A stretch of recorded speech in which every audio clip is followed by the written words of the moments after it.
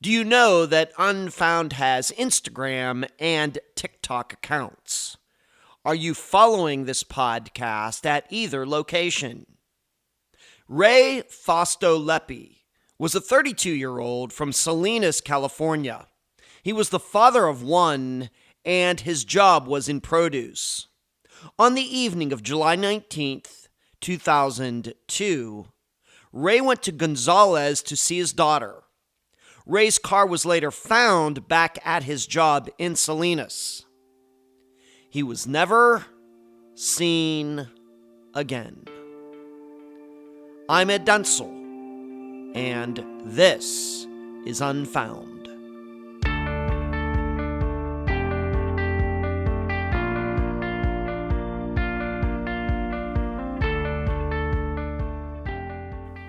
As much as it pains me to write this, the biggest thing I've learned about disappearances since starting Unfound is to never trust the police. No, not in the conspiratorial way in which too many in the true crime community think, but in the way that the public totally overestimates police abilities, their interest, and their communication with families. Seriously, has there ever been a guest on Unfound who was pleasantly surprised by law enforcement's missing persons work? I don't think so. Would you like some examples? Remember, it was Laureen Bible and her husband who found Mr. Freeman in the charred remains of that trailer. It was an amateur sleuth who found Eric Franks' car. More recently on this podcast, amateur searchers found Aidan Clune's shoe prints going off into the high desert of Nevada, not the highway patrol officer who was first on the scene. And do I really have to get into all the searches police have said they have done when all those scuba people have come along and shown that police had lied? Yes, I'm sure it's all coming back to you now.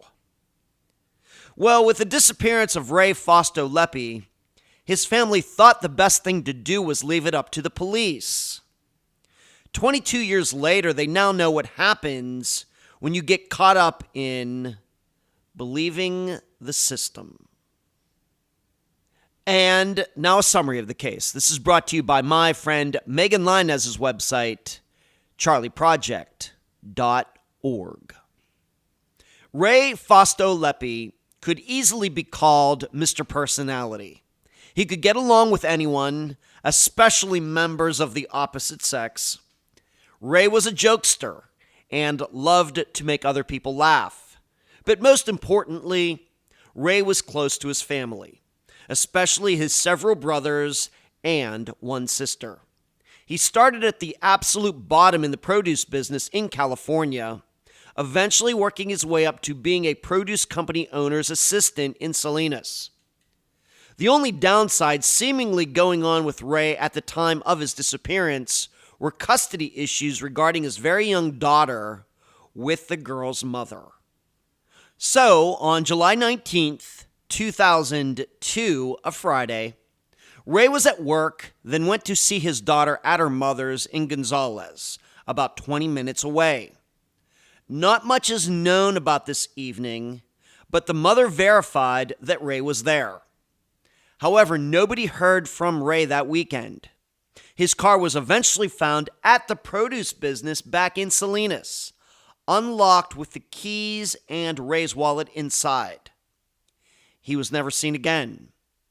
Nothing was found to be unusual with the car. It was in running order, etc. However, a light bulb in a lamp right outside the produce office was proven to be partially unscrewed in its socket, so it would not come on if someone flipped the switch. Yet, the office was locked, and everything inside was undisturbed. There is the old saying, if you want something done right, you gotta do it yourself. A statement that seems more and more relevant to disappearances. Contemplate what can be done to make police treat disappearances more seriously, as you also try to answer these 3 questions during the interview. Number 1, if this were foul play, somebody really wouldn't park Ray's car back at his office. Would the perpetrator? Number 2, are you troubled that there aren't more details about Ray's interaction with his ex-girlfriend on the night of his disappearance? And number 3, if Ray walked off all on his own, why would he leave his wallet and keys but take his pre-Android iPhone era cell phone? Ray's family cannot help but think foul play is the most likely cause of his disappearance. The guests for this episode are 3 of Ray's siblings, Janice, Chris, and Alex. Unfound News. The newest episode of Unfound now is available on Unfound's YouTube channel.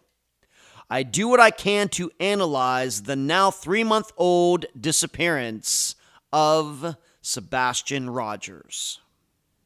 Next, for Patreon and YouTube supporters, the newest episode of Found is out. I look at the disappearance to discovery of mass murderer John List. He managed to evade capture for 18 years. How did that happen when everyone was looking for him? Finally, at some point this summer, Unfound will be revisiting one of its older disappearances, as we do occasionally. Which one would you like it to be? Email me at unfoundpodcast@gmail.com to give me your suggestion. Please, 1 suggestion per listener. I'm so happy to have on this episode of Unfound some of the siblings of Ray. We have Janice, Chris, and Alex. All 3 of you, welcome to Unfound. Hello. Thank you. Thank you. All right, and everybody should know we are doing this, at least in Eastern time, we're doing in the very early hours of May 25th of 2024 for all the listeners out there. So ladies go first here at Unfound. So Janice, I'm going to start with you. Tell the listeners a little bit about your family. Of course, you're on here with your 2 brothers tonight. I think you do have some other siblings, of course, besides Ray. Maybe just give it an idea of the family all together when you were kids. Okay. Well, I was the only girl out of 5 brothers. Wow. Ray, it was Alex, Ray, my brother Eddie, then me. Then came Chris and Hector. So I grew up around all boys. Wow. I grew up around football, wrestling, soccer, I don't know, anything they were into. That's what I grew up around. My brothers were very tight. I was the girl that was told to sit on the side. Ha! Okay, we're going to get their side of this here in a moment. All right, so you're the only girl and you're right in the middle. I am. Right in Yeah. the middle. Okay. All Yeah. right. We'll go to Chris next. I'm looking at Ray, Alex, Hector, your other siblings. How would you compare Ray? Maybe all you boys, all kind of similar, same interests, different Similar, districts. joke. How would you say? What would you say? I would say similar. A lot of us have a lot of similarities. Jokesters, just always laughing, cracking jokes. I looked up to both. I looked up to my older brothers. Yeah. I was one of the younger ones, so I grew up. Janice watching me and my younger brother, so I always try to tag along with my older brothers, and Uh-huh. and they always brought me along. So it was cool. Having 3 older brothers because they, brought me along and made me grow up quick and, beat me up and all that other good stuff. But, it was Okay. cool. Okay. All right, Alex, you get to go last on this question. Are you the oldest then, Alex? The oldest. All right, what was it like you being like I guess the oldest, maybe the leader, maybe not, looking down on the people who are going where you treaded in earlier years. What was that like? It was fun. As growing up as kids, from like say what 5, 6 on, we used to hang out. I mean, it was me, Ray, and my brother Eddie. We went everywhere. We went walking. Back in them days, I mean, we were on, parents didn't watch us, walk wherever we want, go to my grandma's house in Salinas, and we walk all over town. Wow. Just hung out. We had bikes. We rode bikes together everywhere we went. And as growing up, we all hung out until about, as we turned into teenagers and stuff. And we didn't go separate ways. It's just like we're playing football, we're doing other things, more interest in doing other things. So that's, but we're a really tight bunch, me, Eddie. Maybe I should ask you this. What is the age range from oldest to youngest there, Alex? Just really like 3 years, 4 years, I'm going to say. I'm 55. So Ray's like 50.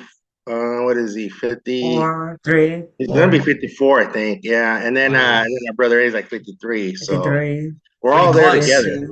Yeah, we're all grew up. close. My dad was a truck driver. Even as little kids, from like 8, 9 years up, he used to travel down to Southern California, and all 3 of us go with him. Neat. And cause havoc, I tell you that. And he took us to go eat our favorite places, and it was just messing around this whole time, So and that's how it was. It was really fun, and I miss those days, really. So So your parents all had 5 of you very close together in a very short time range. Well, Fausto, Ray is he has a different mother. But he grew up with he grew up with our grandmother. And he lived with our grandmother. Wow. But the majority of the time, Fausto was, when he wasn't in school, he would be spending it with us. So he was with us on the weekends. He was with us all summers. He was with us every holidays. He was with us every time my dad went on a trip. He was with us for everything. Okay, so he's a half brother to all of you then. Yes. Okay. Correct. Gotcha. All right. So 5 of you.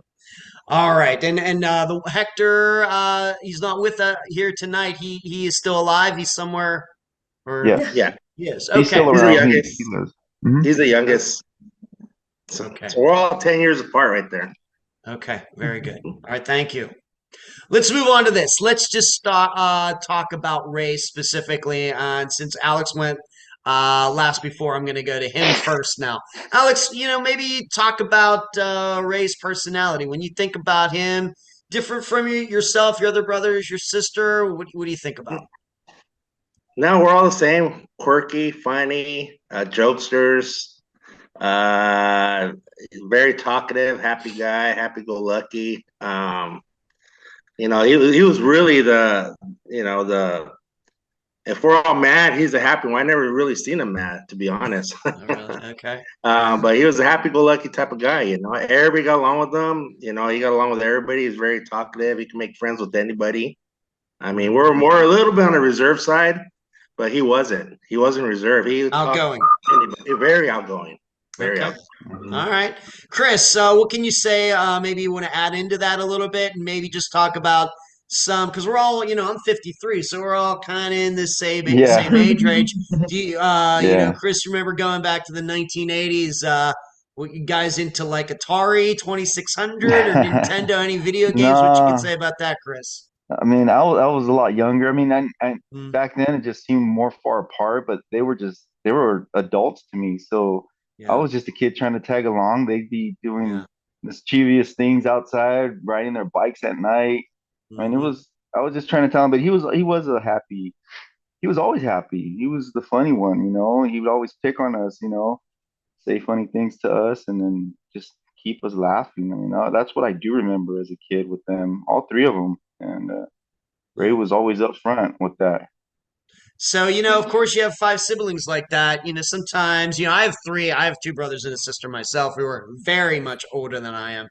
But, we all pretty much get along. But we realize a lot of siblings don't get along to the point that they don't even talk to each other. So, Chris, you're saying it wasn't like that at all. You guys were all pretty close. We were all close. We were all close. As kids and teenagers, we were all pretty close.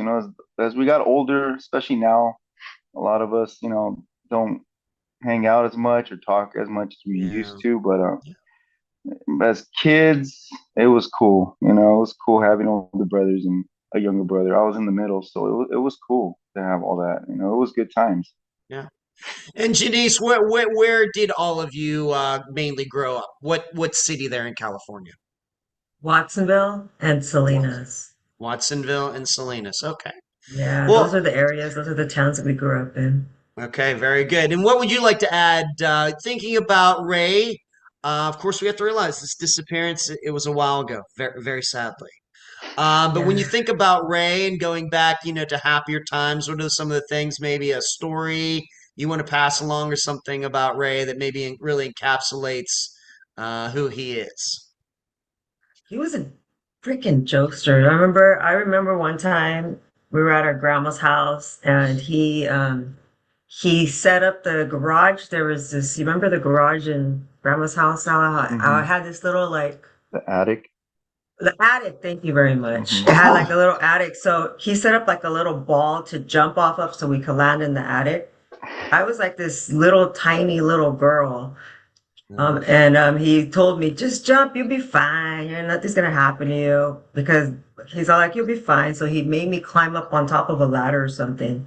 And I jumped down and I flew up really high and I hit my head on the ceiling.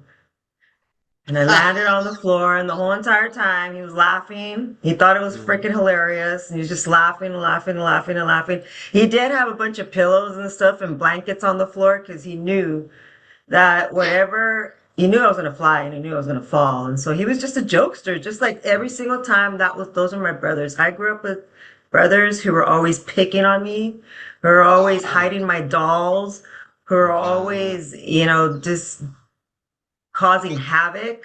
I couldn't have any girly things. They were just jokesters It happens. for everything. I mean, everything. I mean, since I woke up, since I went to bed, jokesters. I wanted a sister so badly.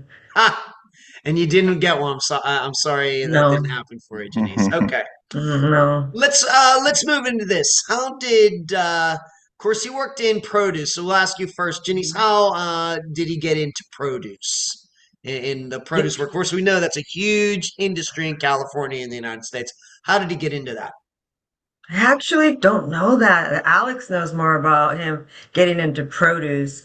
Um, Mm, I would let Alex okay. answer that one. All I'm right, sorry. Alex, go ahead. Go ahead, Alex. Please. He had friends that were in the produce industry, um, in high school and stuff. So he decided, hey, I'm gonna go that route, So, in produce is, you start at the bottom, obviously, and starting at the bottom, what they do is there's a position called bird dog, and what they do, they inspect product on the field and in the coolers where they cool the product, like lettuce, broccoli, romaine lettuce, cauliflower and stuff. So, Yeah. and their seasons here in Salinas, the season starts in April and ends in November. And from here, they move it down to Yuma, Arizona. Yuma, Arizona, and now Central California. So he traveled with the produce. So he started off as a bird dog, as an inspector for a few years. He did that.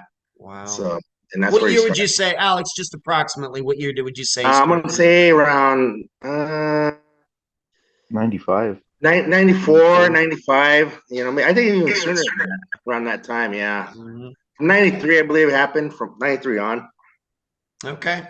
Yeah. Chris, I'll move over to you then. Maybe since you also maybe know a little bit about that as well. Anything you want to add to that regarding produce? So I guess he started out as a bird dog and then like worked his way up, Chris. Yeah, once again, I was the younger one, so I didn't pay no mind. But I just remember going down one year to El Centro, California, and visiting him. And I always thought that was the coolest job, man, to be traveling and staying at a different place for a few months and then coming back home.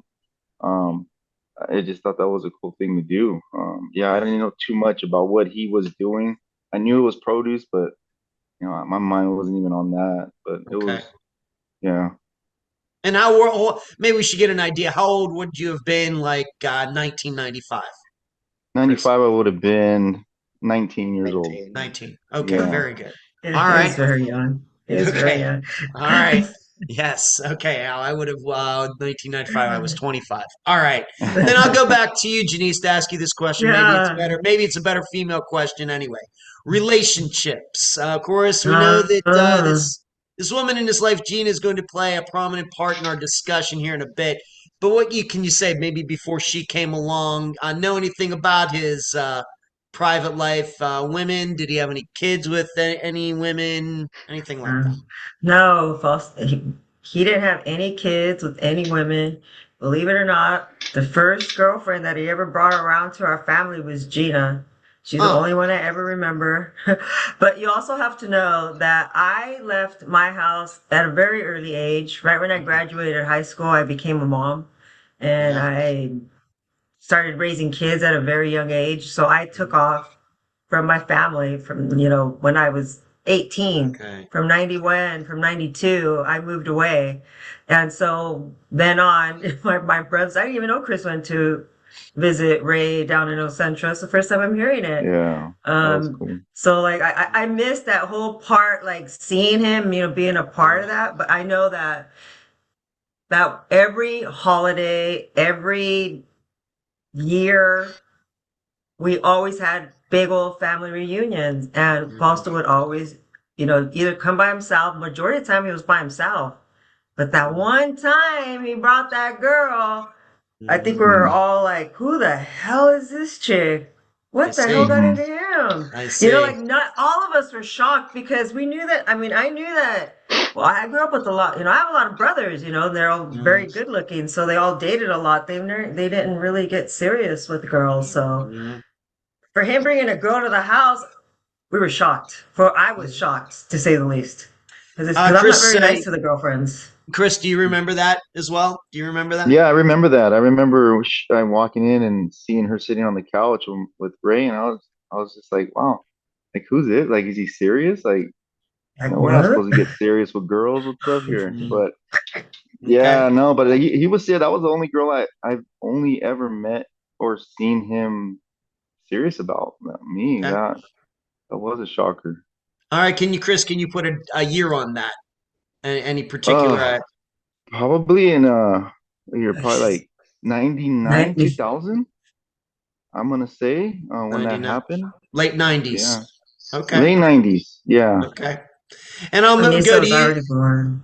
Yeah, I'll go Sorry. to you, Alex. What did you meet Gina as well? My understanding is they met because of his work. She was in produce as well. She was a sales rep for a company there in Salinas. I believe she sold garlic, and he was already a produce broker. So he was working for Tim Sheehy, and that's how they met, really. So, but I met her when he first met her and stuff, and to be honest, he was like really serious about her. So he's not that type of guy like to be serious with the chick, and so. Okay. I figure, well, he might settle with this one, that's what that's what I thought. So, Okay. but yeah, they got serious after a while and stuff. So we started seeing them less and less and less, So, Yeah. but we still hung out though, stuff like Okay. that. And during this time, let's just say late 90s to keep it kind of simple. Was he working in produce, Alex? Was he living by himself? Was he living with one of you? Was he living with one of your parents? He was still with my grandma. He's still there on grandma in Salinas. So, Okay. yeah, he was still working in produce. Yeah, he was still doing that stuff. Okay. So, yeah, definitely. Okay. All right. So let's move into this. So you all met Gina. It sounds to me like you're all a little surprised given Ray's history. With women, maybe not settling down, and far be Hmm. it from me to talk. I'm still single at 53. So, all right. So a little surprised, but doing his work, doing good work. It sounds to me was really into it. Was working for a while. So let's move on to this. So we've talked kind of in general about Gina and how they met and when and everything. Um, what do you remember? And I'll start with Alex again, and we'll go backwards. Do you remember the first sign, maybe, of your point of view of relationship trouble? Like if Ray was having a problem with, Gina, would he come talk to you, or would maybe Chris or Janice or one of your other siblings, or what? Yeah, to be honest, I never knew there was issues or troubles or stuff like that until he had the baby. And that's the first signs of, I heard those little issues here and there, those problems. And next thing you know, I don't know when they broke up or what, but all of a sudden he started going to court, for visitations and child support, stuff like that. And I could tell he was a little stressed over it and stuff. And those were the first signs. So that's when I first found out. But before that, before the baby, I didn't see any trouble. All right, Chris, how about you? Your memories of that time, early 2000s. Of Mm-hmm. course, they had this child together that we're going to talk Mm-hmm. about, but is a surprise to you as well, Chris, realizing you're a Oh little yeah. younger and everything? Yeah, it was a surprise, and I didn't know he had any trouble. He was always pretty private with me. I know he always expressed more to my brother Alex. They were closer. But when I did see him, he would never show any signs of any trouble. The first sign of trouble that I encountered with him with Gina was one day he called me like probably a month before he went missing, and he was Okay. looking for my brother, and it was just a different tone with him when I was talking to him on the phone. He was just I was like, oh, hold on, let me get my brother, and he's like, oh, what are you doing? And I was like, I'm just kicking back watching TV, and then he was just like more concerned about me, like making sure I got on the right path and things I should do and all this other stuff. And then I just asked him how he was doing, and and baby and all that. And he just says that he's having a hard time, and he's in court and trying to get. I didn't even know any of that by then. I was just like, wow, you know, uh, Okay. I just didn't know it was gonna lead to where it was at now. Right. Chris, I'll ask you, how often would you see him actually in person at that time? Can you remember? Not often. He would come over, just go. My brother and him would get together and take off. We didn't really hang out too much. It was probably like, before that I seen him on Mother's Day, that year, and before that it was like It was in 2 months April. before. It was like probably like once a month I'd see him, once or twice a month I'd see him. Okay. All right. Hmm. All right. And Janice, what do you remember about this? Of course, they're in this relationship. Of course, it's a little bit of a surprise. Seems maybe everything's going all right. Did you kind of also, how did you find out maybe that, if you can remember, of course, this is over 20 years ago, and I understand, memory is going to be a little foggy in some areas. What do you remember about this particular issue? He has this child. Maybe I'll ask you this, Jenny. I mean, we'll do it Yeah. this way. When you I, found out he was going to be a father, how did you feel about that, Janice? I was shocked. I was shocked because I was the first one in the family to have a child. And everybody and all my brothers were like, no, no, no, we got to do this right. We got to get married. Next when we have a kid, that's what we're going to do. And Fausto, especially him, he was like, I was blown away. I was literally blown away. But you know what Chris just told me? Well, Chris just said, I'm sorry. What Chris just said right now about Ray Yeah. giving him a call a month Yeah. earlier. And he did that to me too. Okay. Wow. He did that Tell us when about he it, said that. please. That was like my heart just like sank a little bit. Like Uh, it was a couple months before he went missing. At the time, I was going through a real rough marriage, real rough, and I was by myself with my three daughters, so I was pretty much a single mom, and it was one of the roughest times of my life. He gave me a call. And he was really worried about me. And I knew that he was going to court, and I knew that he was doing these visitations because, I visited my grandma and my aunt, and my uncle. They all lived in the same place. So I visited them a lot. So I saw him whenever he was there, whenever he wasn't working. But he just called me out of the blue. He never calls me. Never. And he just called me out of the blue, and he was the same way. He was just like, how are you doing? You okay? Do you need anything? Do you need any money? Do you need any help with the kids? And then he told me that when he's working on this custody, he's doing the custody battle. He's trying to get visitation because he wants my daughters and his daughter to grow up together. And so it was really, really super important to him that my kids knew his daughter, and my kids knew him because every holiday, Uncle Ray would bring a funny gift. It was just a funny gift. He'd always bring a funny gift. The last gift he gave him my girl still. I don't even know if they have it to this day, but they had it like 5 years ago, and it was a Clifford dog. My girls kept that dog because that was the last gift that he gave him. And a week before he went missing, Ray called me, and I was still going through a rough time I was thinking about getting a divorce, and it was just going through a rough time. Ray invited me and my daughters over to his house for a barbecue. So, my grandma was there and my aunt was there. And so, we were having a nice barbecue, and, the kids, were my, my grandma just loves my kids. They were little babies at the time. So they were all playing with the babies. Well, they're not that babies. I think my oldest was 10. Mm-hmm. But Ray and I were outside talking, and we were barbecuing. I will never forget. We were in Salinas. We were outside. He was making some tacos, and we were just sitting down, and he was telling how excited he was about us getting to meet his daughter. And he saw my kids run around. He says he couldn't wait to have his daughter run around with my kids, and that's what he wanted. He just knew that his life was going to be like, I have to settle down now. I'm a dad, like I see, he sees me with 3 daughters, 3 kids by myself. And he's all like, if you could do it with 3 kids, I could handle this one. Okay. And so like, all right. So this was what you're saying is a week, making me really this all sad happened. because Just want to make sure this was a week before. that was a week before he went missing. The barbecue was Okay. a week before he went missing. All right. And so that was the last time you spoke to him? That was the last time I spoke to him. We were supposed to meet up when when he was supposed to bring the daughter over to meet us. We were going to have a barbecue again so the kids could meet. Okay. Alex, I'll give you a chance to get in on this. When was the last time you spoke to Ray? And once again, your understanding with the custody and the pattern of him visiting, seeing his daughter who was living, at least at this point, my understanding before the custody issues got worked out with Gina. What do you remember about that and last time you spoke to him? Last time I spoke to him was the day he went missing.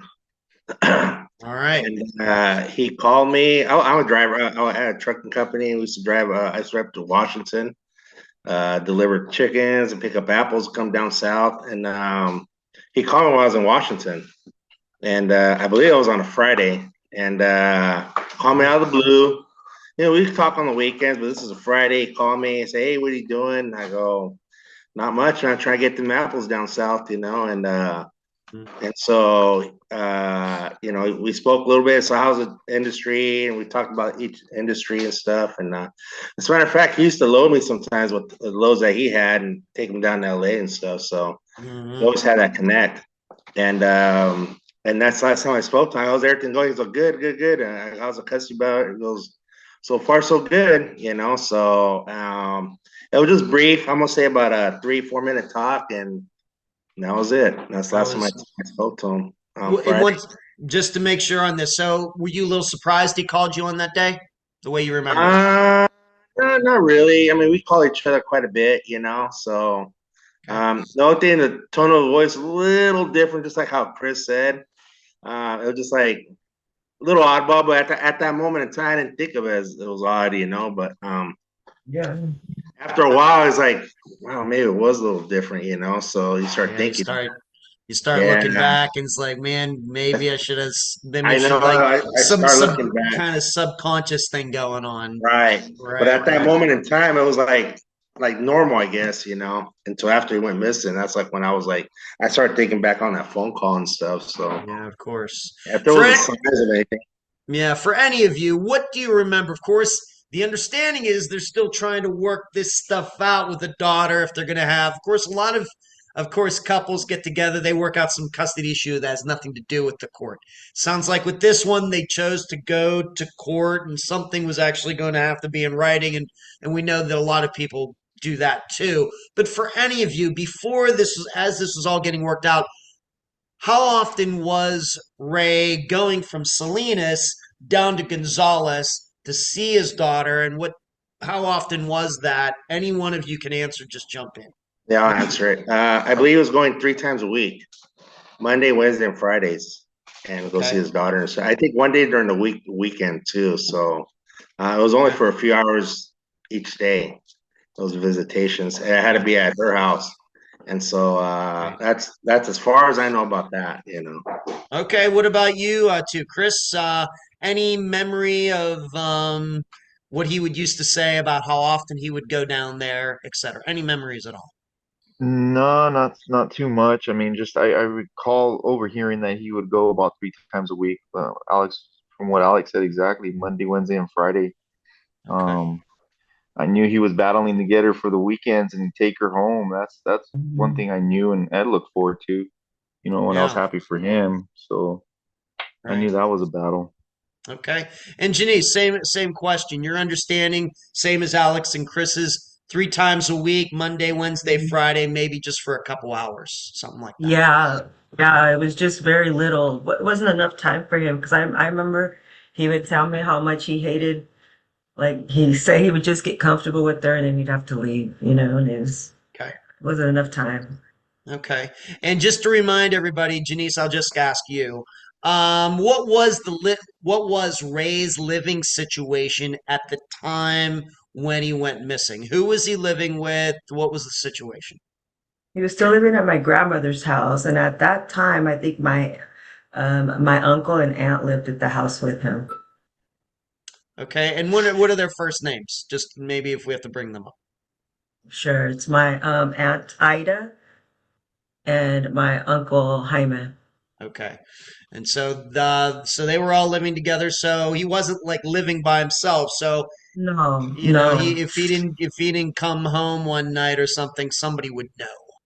Yeah, for sure, because they all lived in that house for since the day he was born. He's been in that house since the day he was born for 33 years, the whole time he was there. The family's always been there. That's been my grandma's house for 50, 60 years. So it's only family that lives in that house. So there's always more than 2 to 3 people living in that house. Sometimes it's up to 8 people living in this house. So there's always when you would notice when someone's not around, especially him, no, we definitely notice because he was the only, he would be the one traveling. So, my aunt and uncle would always be like, where's Ray? Where's Fausto? Where's Fausto? You need to make Okay. sure, like, where you at? Okay. Just have to ask some questions. These are questions I often ask Yeah. most guests. Mhm. For any of you, did Ray, you might have said, well, he's down, but did Ray ever talk about being depressed, suffering from depression to any of you? No, not with No, me. Okay. no. He's Ever only talk? ever said that he's just upset with the situation that he was having with his daughter. Right. Okay. Ever talk about suicide? Once again, these are questions I basically ask almost every guest.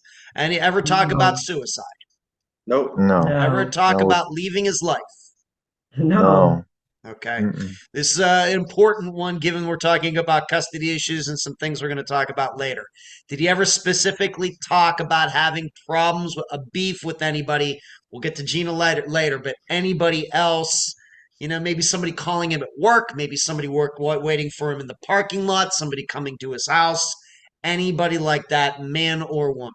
Ever talk about anybody No, by name? never with me. Never. Nope. He would have Never. told me if there was beef, because we're very close and Right. and we're very protective of each other, all Sure. of us. Mhm. Okay, So very good. he would have said something if something would, but he never said anything about that. Okay. I have to ask, any drug issues, any addiction issues, anything like that? Maybe alcohol issues, anything.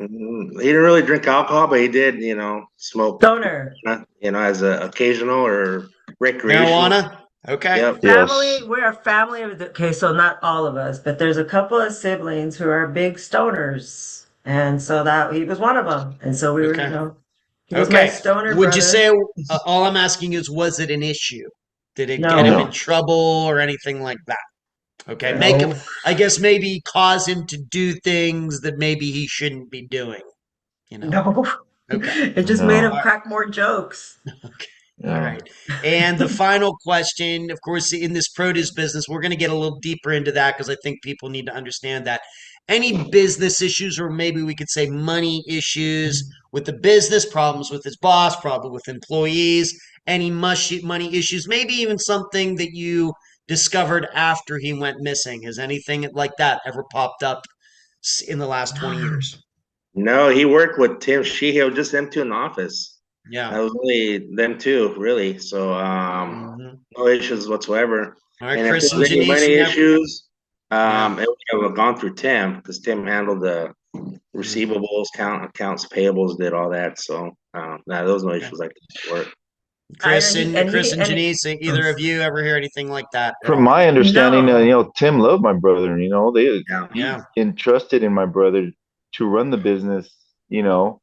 So he had no issues. I mean, from what I understand, Okay. Tim was gonna like pass it on to him at some Wow. point, and Okay. that's how much faith he had in my brother and believed in him.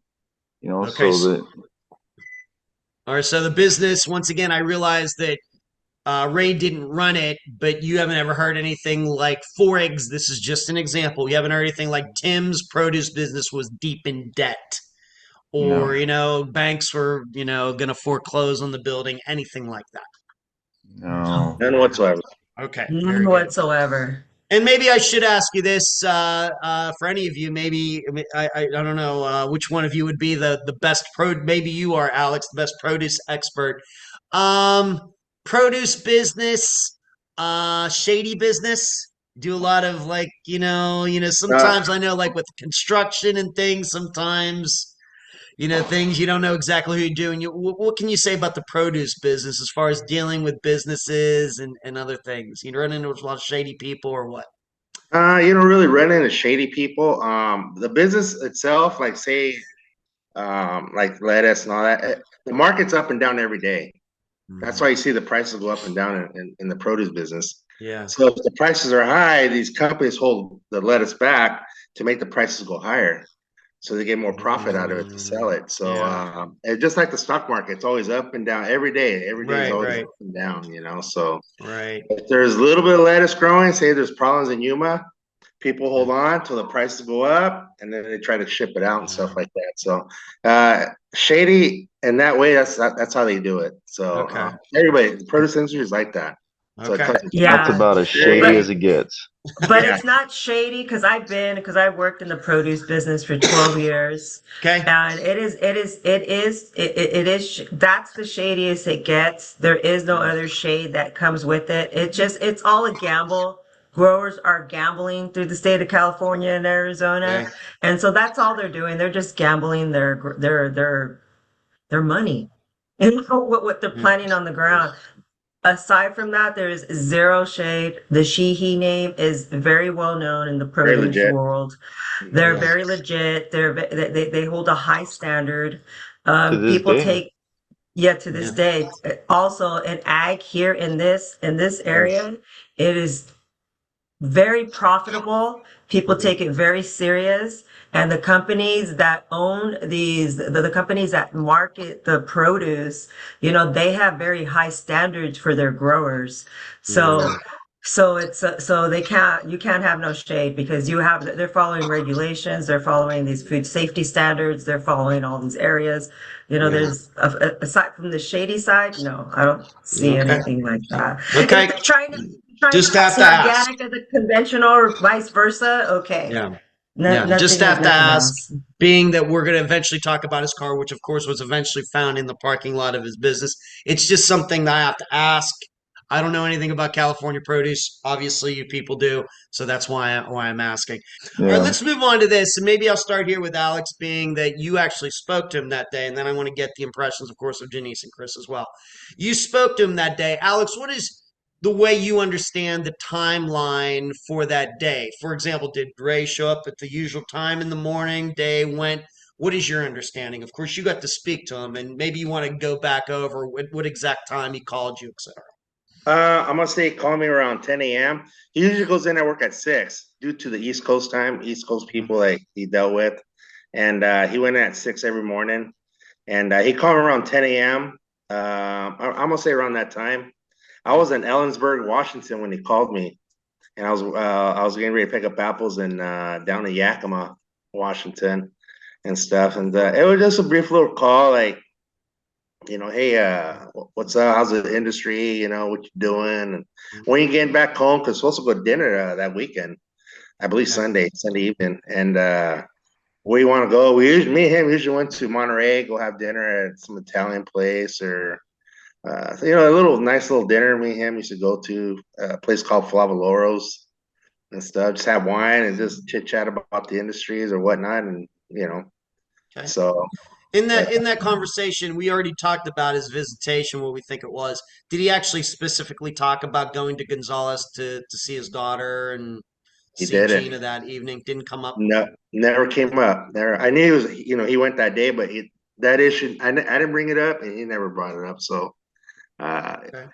it just mainly saying, "Hey, how you doing?" When you get back home, stuff like that. Okay. So. Chris, I'll move over to you. So he's at work, and we're gonna get to Tim, and maybe if you've spoken to him, what he remembers. Chris, when did you find out that day? Maybe that night that he didn't come home. Of course, you have this other family members that are living with him. Chris, was it that night, or what do No, you remember about that day? If you do remember that day, going back 20 some years. you know, from what I remember finding out it was, the weekend passed, and it was Monday morning when I found out, Okay, so my a mom couple called me. days. Yeah, for me, it was Monday morning, and it was just like, has Foster reached out to you? I'm like, no. And well, he hasn't been home since Friday night. And right Okay, there, that caused a concern that just doesn't sound like him to not notify anybody, right. And right there at that point, yeah, I found out a couple days later. Janice, what about you? What do you remember about maybe Alex remembers that specific day because he talked to him. I don't think you did. Do you remember that day at all, or when do you remember finding out? Ray I isn't think where I he's found supposed to out. be. I think I found out on Sunday. Sunday. It was Sunday that I found out. Because like I said, we were supposed to have a barbecue and I was supposed to meet the daughter and I wasn't sure it was supposed to be that weekend, but I remember he was bringing her that weekend to the house or something. Um, but no, that's all I knew that once I got the call and they said that he didn't come home since Friday, I knew Hmm. this is not right. Something Yeah, happened. I knew it. something was All of wrong. us knew it. This is not him. None of us are like that. None of us, all of us, we all tell each other everything, so we all know that something happened because that's not like him. Especially because he has to work Saturday morning and, he has to be out. He was Yeah, supposed we're to gonna go get work yeah. Saturday. Yeah, this is still a big puzzle that I think we really need to go over when we get to that. Chris, going back to you just for a second, who was it that called you to say that Ray wasn't where he was supposed to be? Who was it that called you? It Do was you our remember? mom. Our mom Your mom. called me at work and told me, if I had talked to him, and Okay. I had not. And she just told me that he's hasn't been home since Friday night and hasn't notified anybody. And right Okay. there, it was like just a knot in my stomach. Like I knew something was wrong for some reason. You just have that feeling something ain't right. And sure enough, 20 some years later, here we are still, same Right. knot. Right. Alex, what do you remember? Of course, you talked to him that day. Sounded pretty normal. Maybe retrospect. Maybe you're a little. Maybe should have read between the lines on some of the things. But how did you find out, Alex, that things maybe didn't go that weekend the way they should have? Of course. My brother Eddie called me. He called me, I believe, on Saturday afternoon or evening. He told me about it. Hey, we haven't heard from Ray. Have you seen Ray? Or we haven't heard yet. Come back home. Stuff like that. And then he told me they found his car, and that's when I go, oh boy, what's going on here. And I was going to LA at the time. Yeah, or wait, I was coming from Washington. I was going home at the time. And so I rushed back home and stuff. And I believe it was on a Saturday evening when I first found out. Yeah. Okay. I'll stick with you, Alex, and I'll work my way back around again.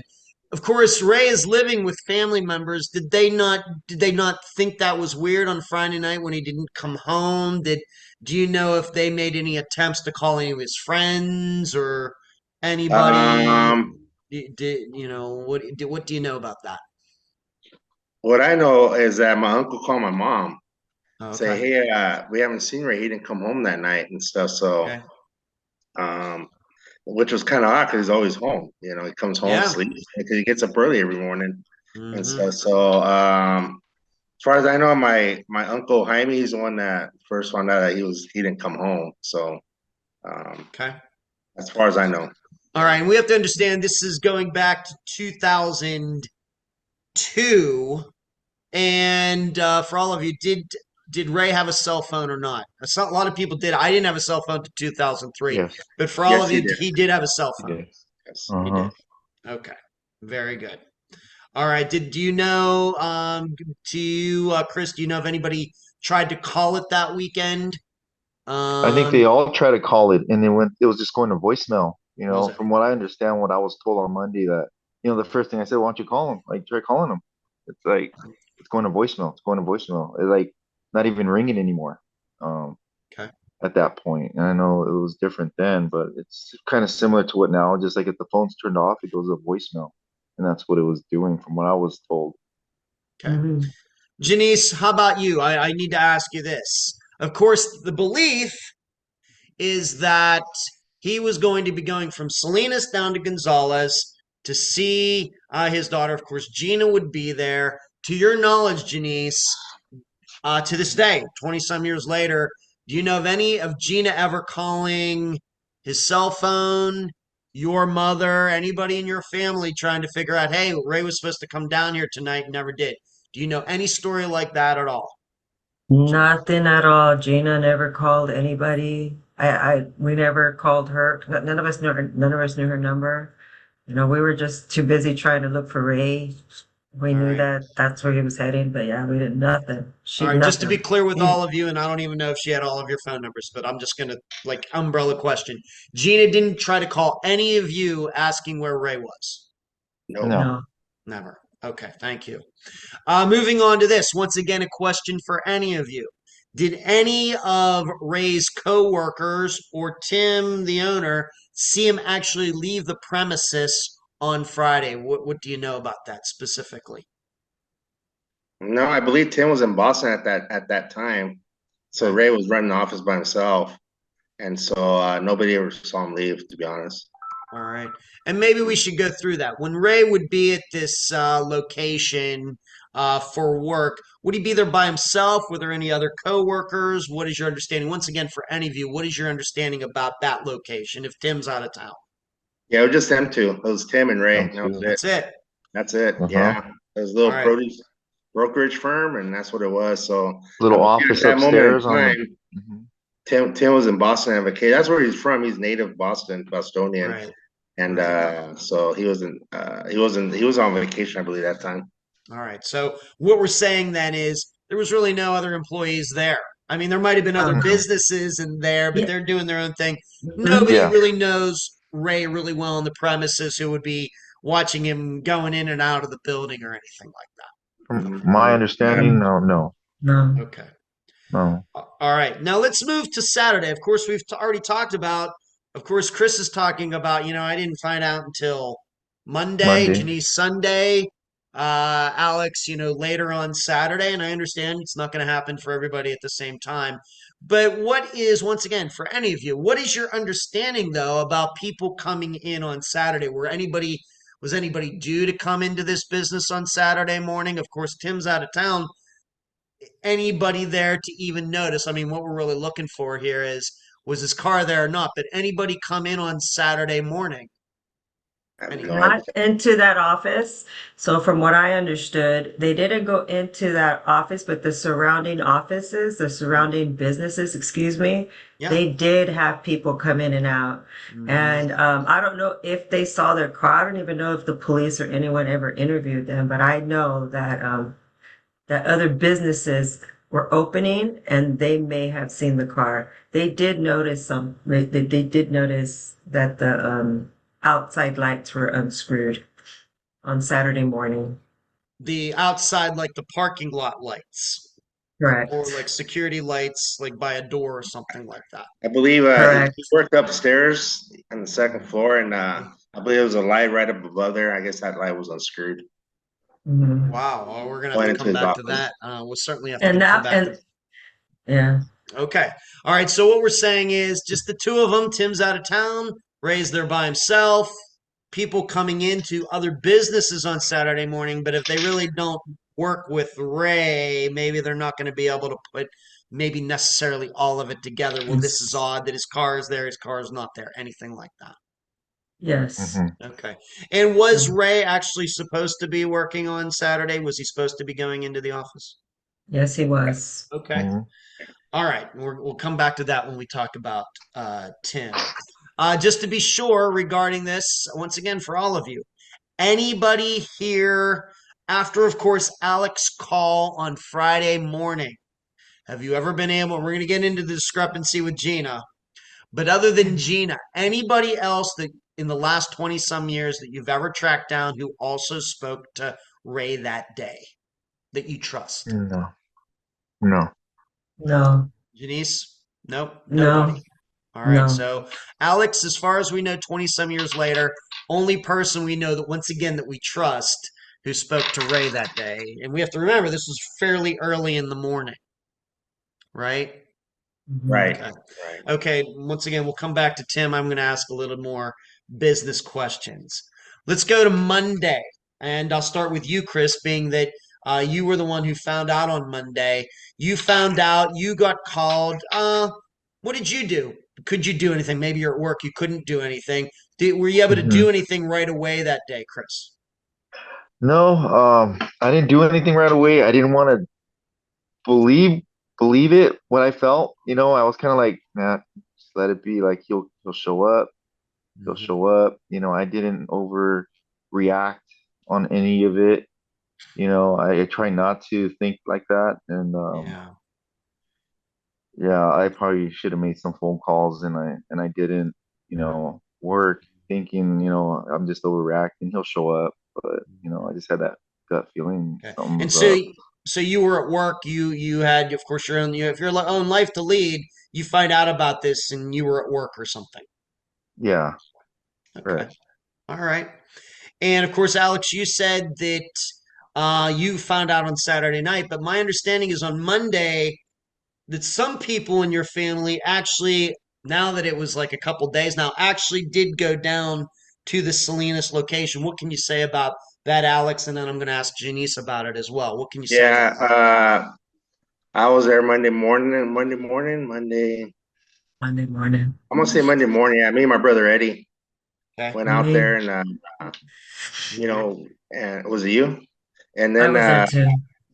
went to the business. I I think didn't go to the business. I stayed at the house. Tim found out, I believe Saturday.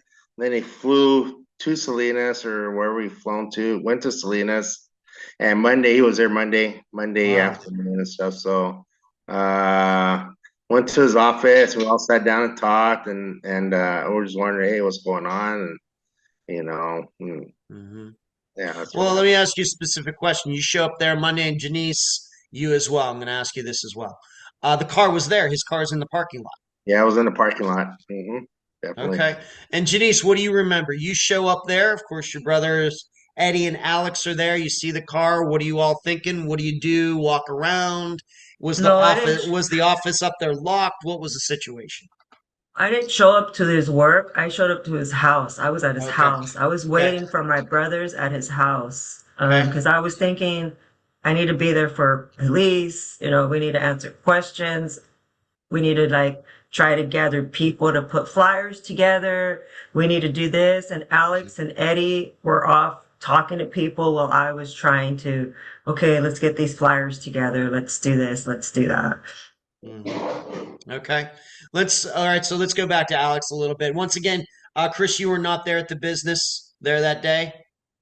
No, I showed up later on in the afternoon, Okay. that Monday.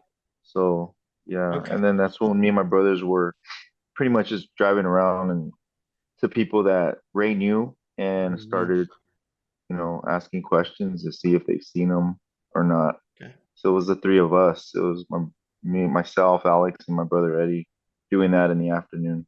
All right. Alex, when you show up there on Monday morning, of course, his car is there. And, just describe the scene. You show up there, his car is sitting there. Do you remember if the office was locked? What do you remember? Yeah, the car was there like normal, like where he parks and stuff. Tim was there, so the office was open, Wow. and I think we gave him a heads up that we're coming, and yeah, we showed up and just sat down, and started talking and stuff, and trying to piece things together, what's going on, and everything. So we did call the police. This was, I believe, somebody called on Saturday, or when he didn't come back. But I remember specifically they said that, for a missing person for an adult male, it's like you have to wait 72 hours before you call us. 2 hours. Yeah, Stuff they like that. say that. That's not true. They say that, but that's Yeah, certainly not true. that's what But they yeah, told us. I'm sure they did. Yeah. Mm. So my understanding, just to talk about Tim a little bit, was he scheduled to come back, or did somebody let him know that Ray was missing, that he took an Somebody, emergency flight?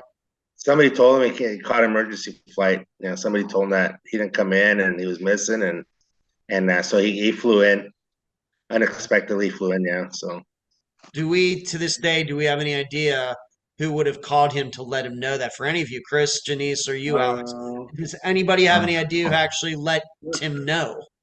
No, I have no idea. I can't recall. good. Yeah, That's a good question. Yeah, I don't know who Very called It good. had him. to have been, I mean, if he had to go into work at That'd 6 have been me. a.m.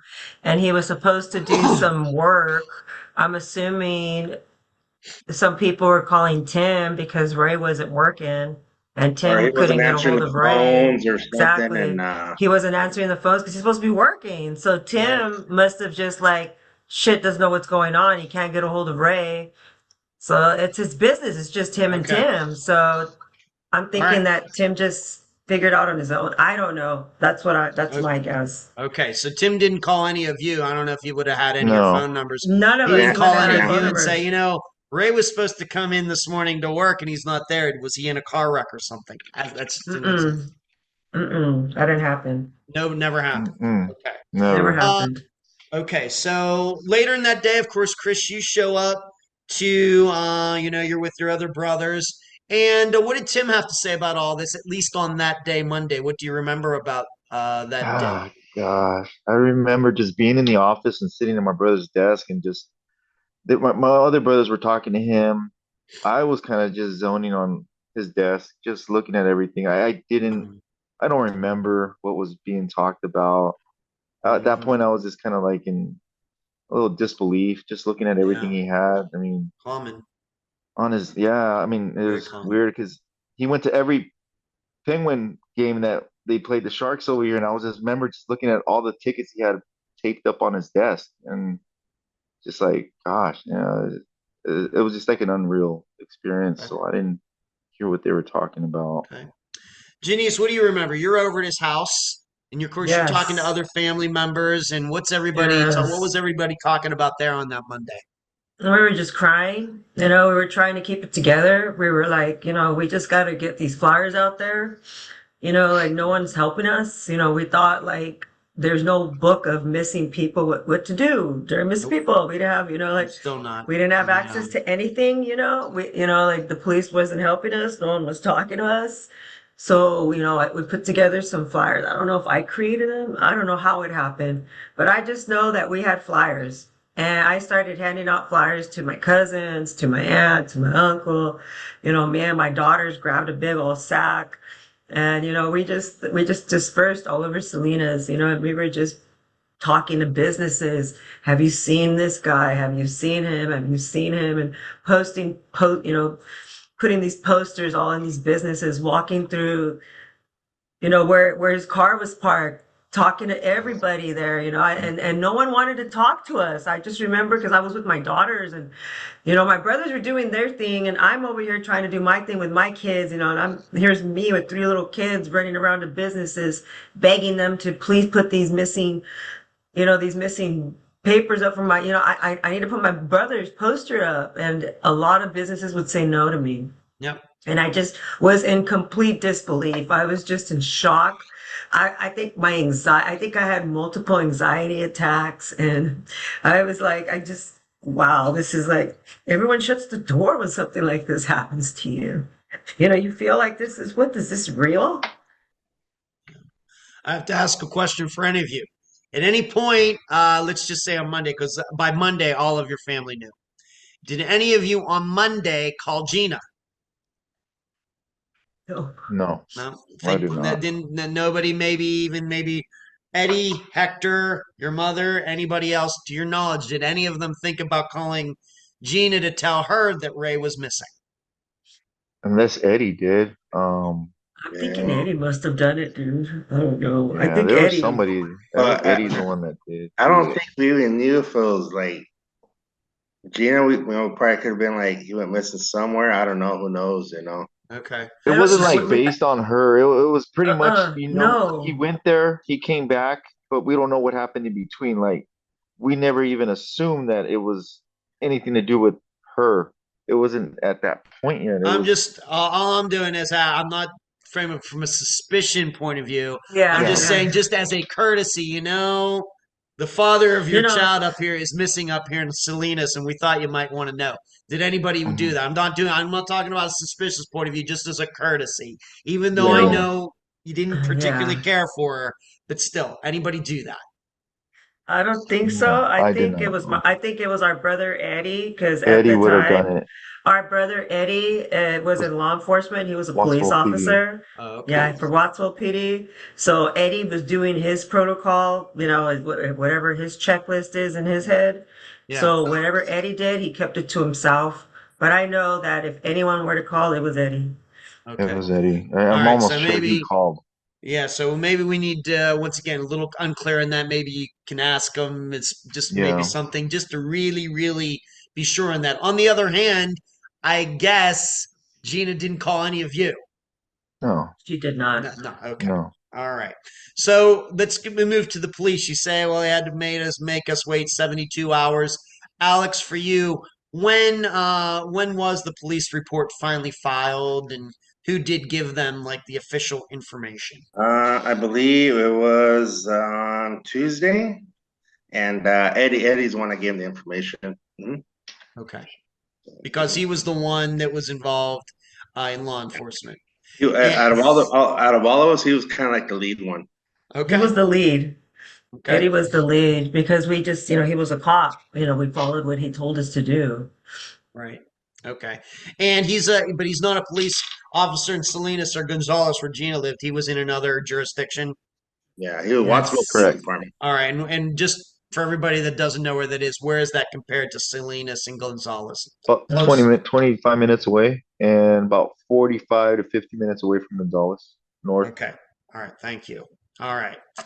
All right. So the police, to your knowledge, once again, for any of you, do you know if they actually spoke to Gina? Did they go down there? Did they call her?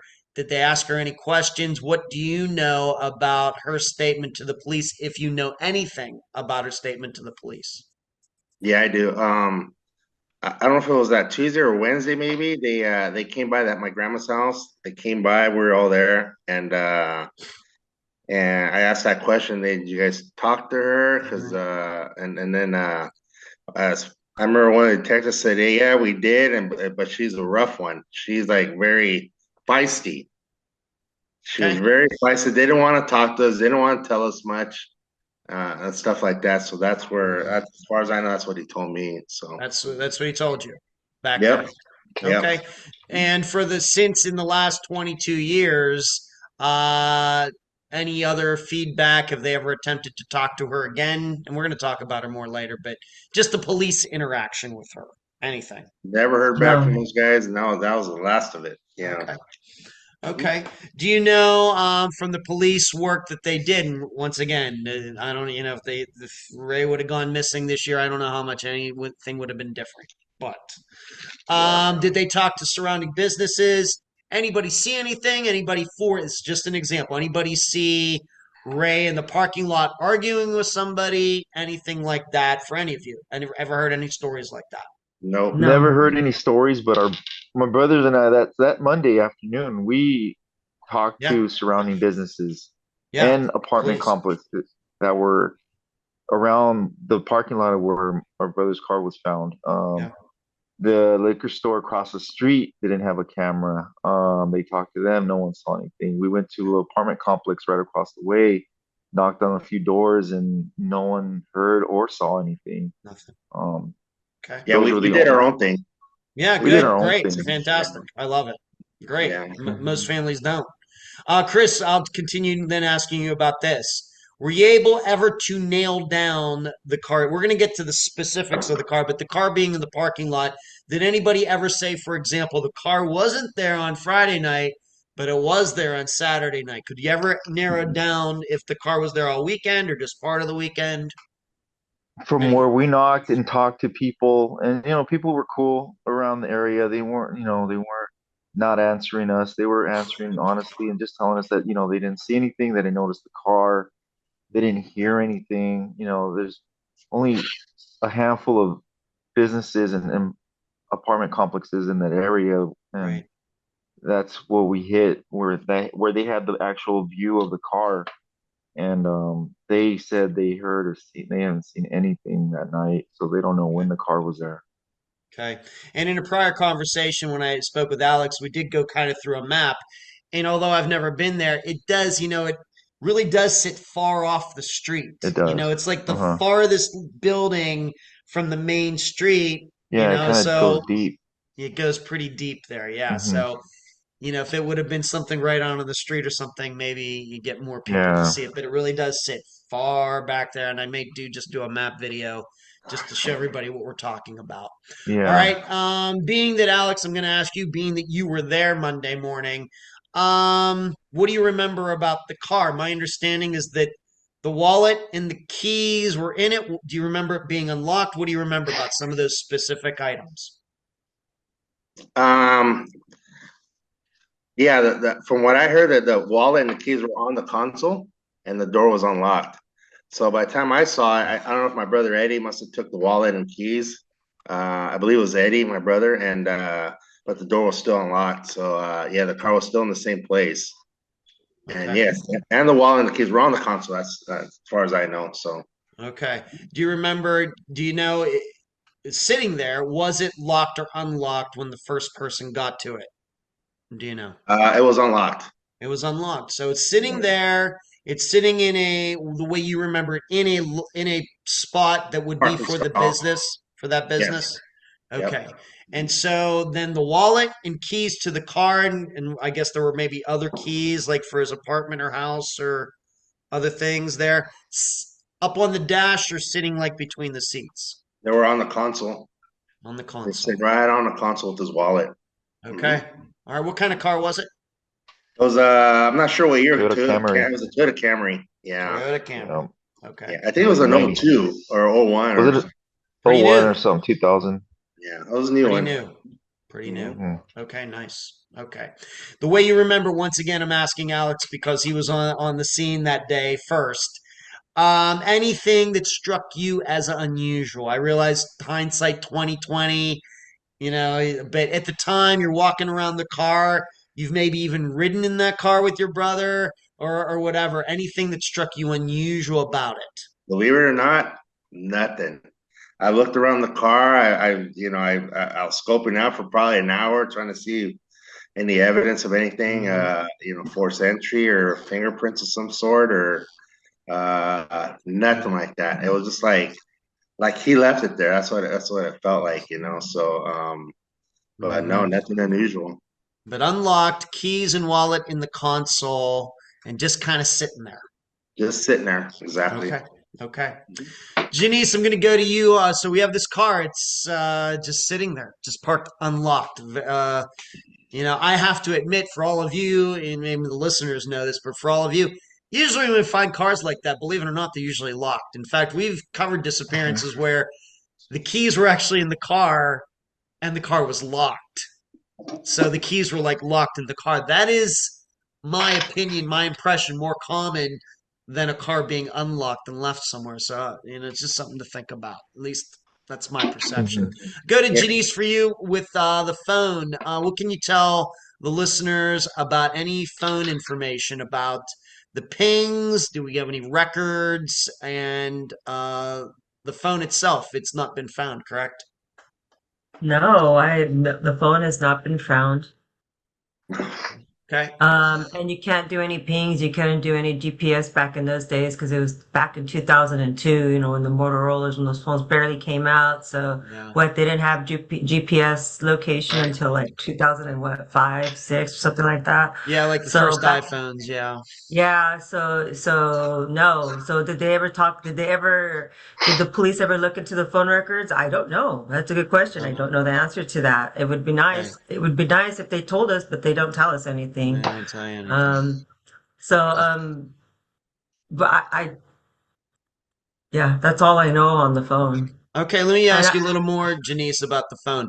Uh, Given that he was in a business, did he just use that one phone for both business and personal calls? We know these days people have two phones, you know, one for business, one for family or whatever. What was Ray's situation, Janice? he used one phone. He used that one phone. He always had one phone. As far as I know, he only had one phone.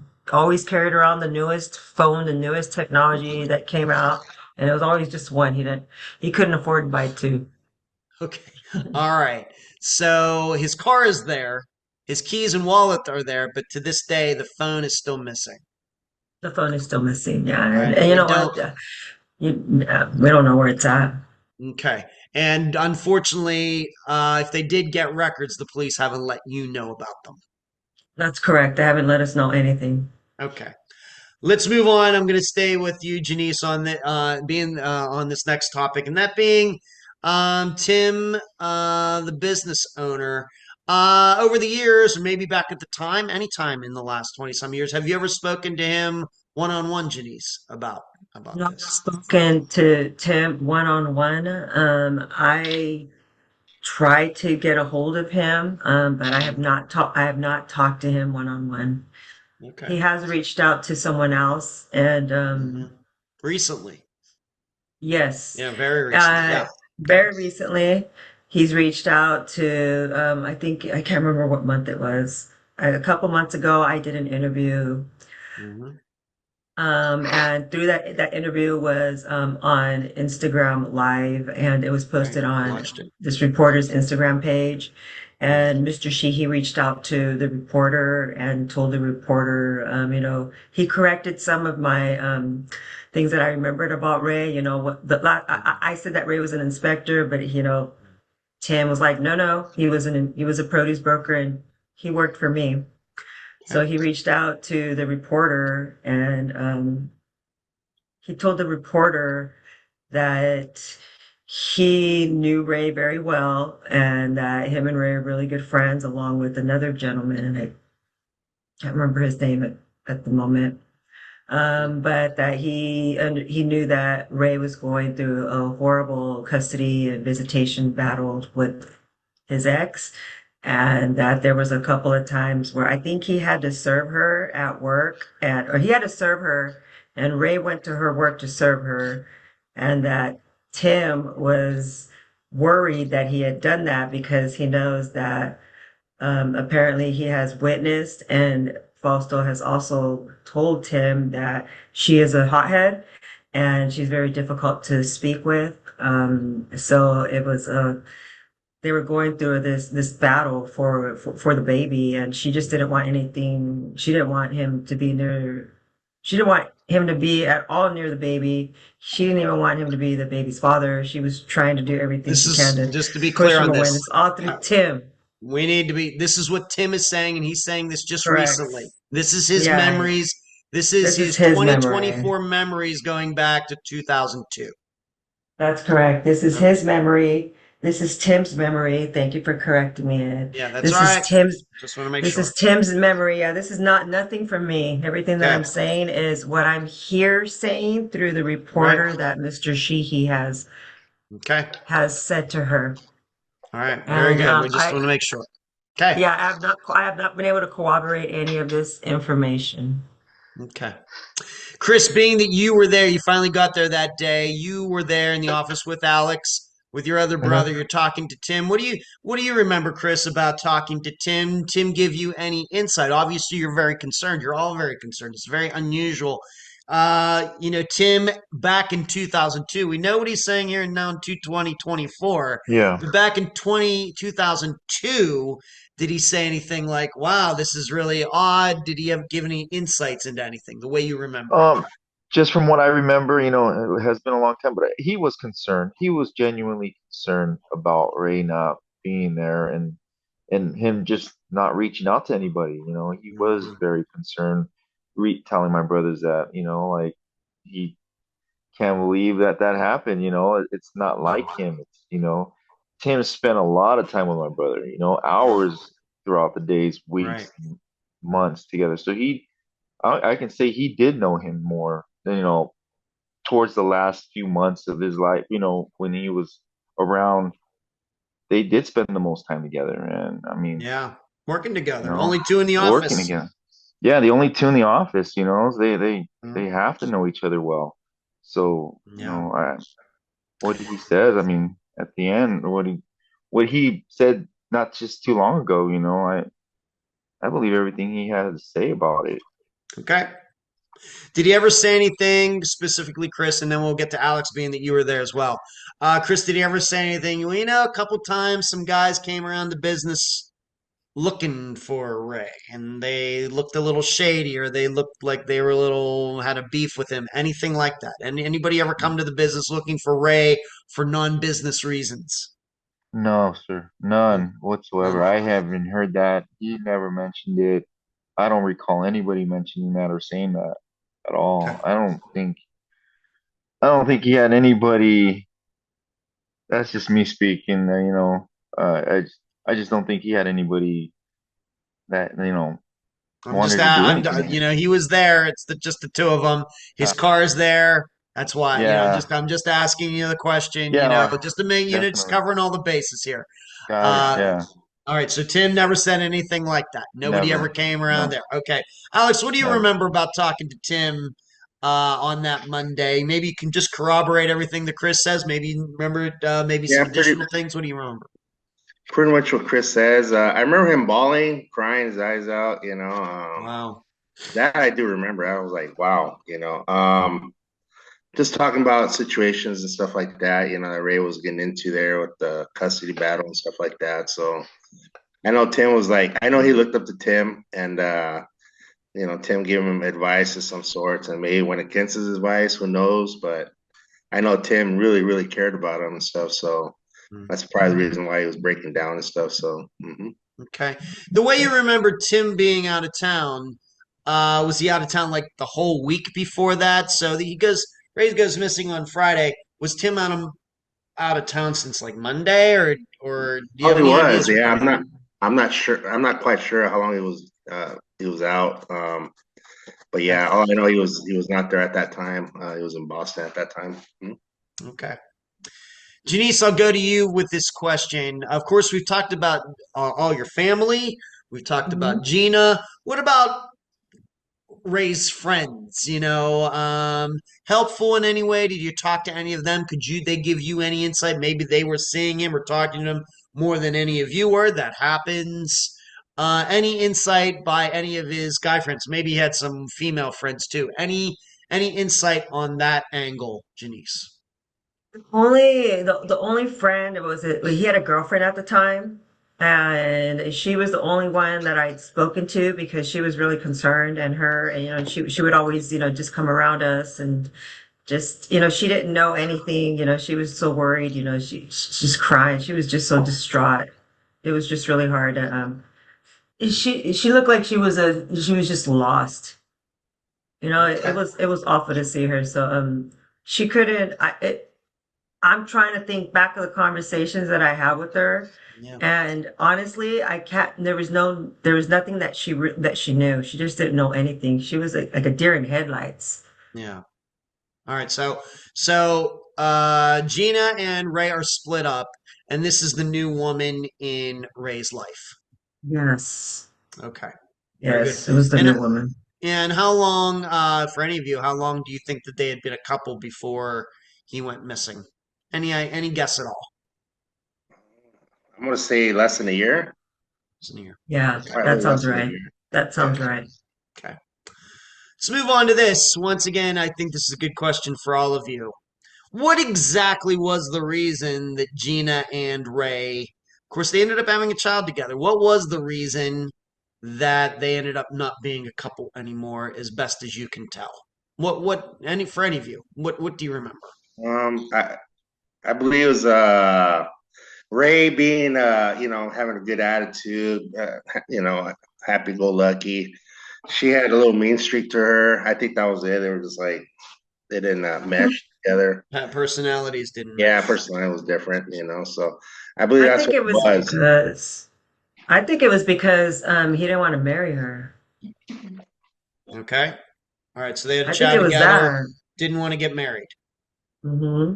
And Okay. he just didn't want. She wanted to get married. She wanted to be a happy little family, marriage, everything, little white picket fence and all. And he didn't want that with her. He just didn't want to do it. He didn't want to settle down. He said he was going to be a father, but he did not want to get married. And that was what he had told me. He wasn't going to do Okay. it. Okay. He was Chris, just going to you're be a father. sure. Well, All right. So they have a child, but he's going to continue to do whatever he's doing. She wants to get married. He doesn't. Common. All right. Chris, your impression. What do you when you think about Gina and Ray ceasing their relationship well before he went missing? What has been your impression about why they broke up? I think it has a lot to do with what Alex said. He was their personalities clashed. To me, I mean, they were just complete opposites from what I've seen personally from them. She was just, she looked mean when I Ah, when I seen her. okay. She looked like she had an attitude, Okay. and I can see that and what Alex was saying. Their personalities just probably clashed, and I think that's what really Hmm. broke them apart. And I think that's what really happened Okay. with them. Very good. So I'll ask you this, and this kind of come up in speaking to Janice before we're doing this official interview once again in the early morning hours of Eastern time anyway of May 25th of 2024. Were any of you aware? Of course, we now hear that Ray had a new woman in his life. Got nothing against that. Were you aware that seemingly Gina had a new guy in her life? Did that ever come up in any conversation, anything that came up regarding the investigation of his disappearance or anything since? Were you aware that she might have had a new guy in her life for any of you? I was I was aware not. after the like during the investigation that she had a guy living with her. You did. You were Uh, aware of that. uh, Okay. yeah, I was aware of that after during the investigation, probably like Okay. the same week. I Yeah. think Okay. we all So found out. I think we all found out when she was with another guy, and we were all like in shock because she just had a baby. Okay. And what do you remember? You remember it the same way, Alex? That you were Same aware way, that she had a new guy in her life as well. during the investigation, yeah. Mhm. Okay. Now, I do have to ask you this. Once again, I think this came up with Janice in a prior conversation. Has it been genetically proven, scientifically proven that the daughter is Ray's? Yes, yes, there has been. He took a paternity test Mhm. through the court with all the visitations and you know, he was required to take a DNA test. Okay. All right. So was his child, even though she had a new guy in his life, there's no chance that he was the father of this new little girl. Mm, mm. Ray was the dad Ray was 99%, okay. 99.9%. Okay. Very good. Now here's something that I think we really need to talk about because this once again is what I would call a discrepancy. There are a variety of stories out there in some locations that say Ray never showed up in Gonzales. All right, he went missing from Salinas. Of course, that's where his car was. On the other hand, there are some stories that say he disappeared from on the night of that Friday in Gonzales. What is your impression? Because it does seem like it's a discrepancy. And has Gina ever come out in the last 20 some years? Has she ever said, I saw Ray that night? or I did not say Ray that night? Chris, you're shaking your head. I'm going to ask you this first. Yeah. So what is Sure. your understanding regarding, did she say I saw him that night or I didn't see him that night? Your understanding. My understanding is through the investigation is the detectives who questioned her, Yeah. she said in the statement that he left that night from his visitation of visiting the baby, that he left her house.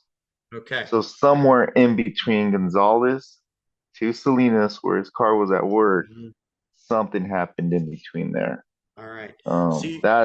There's no discrepancy. That was a statement that she said that he left her house Okay, from very good. Gonzales. So you all believe that yes, he did go to Gonzales that night. Yes. He made it to Gonzales that night. He saw his Yes. daughter that night, and then something happened after that. Yep. Yes. Yeah. We're all in agreement with that one. Okay, very good. Because like I said, and I will try, 100%. and, I'm gonna, before this episode comes out, I'm gonna make sure everybody understands that because I did run into it very well could be just some really bad reporting, just saying, well, his car is in Salinas, so he never left Salinas. Yeah. Reporters take shortcuts like that because, for whatever reason. I just want to make sure that we're really, really secure on that. Yeah. Yeah. Alex, I'll then ask you, has Gina, being that that's the understanding, has Gina ever given any specifics about that night? All right, Ray gets there. Does he take the daughter out, by himself, or they just hang out the house? Has Gina ever given any specifics about him being there? I don't know. As far as I know, I never heard anything specifically about that. Just what Chris said. Okay. I heard the same thing what Chris heard. So. All right. What about you, Me Janice? too. Any specifics? I Same mean, if she's thing. gonna say he was there, she go, yeah, we just, we hung out, we had pizza, everybody got along, and then he left at 10 p.m. Has she ever given any story specific like that? No, I have not heard any type of story like that. Just what Chris said. That's the first time I actually heard what her statement was. Okay, very good. All right, so regarding the police, going back to the police, I just want to make something clear. I know we've brought it up a couple times. No Yeah. proof, though, that Gina ever attempted to call him after Friday. No. Zero. No proof. No. Zero proof. All right.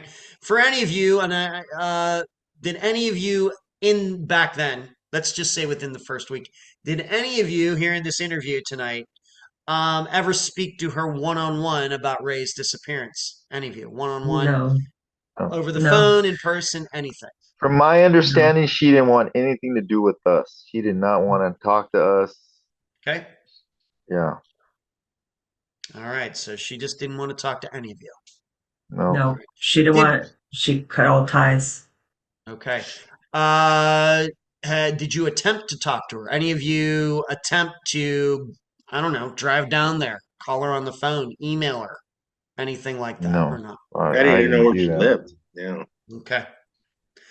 All right. We were so, letting the investigation take its course, and We at were. that point afterwards, we weren't trying to interfere. My brother Eddie, who was a Mhm. Wasco PD, yeah. conflict of interest, couldn't do anything. His hands were tied. Right.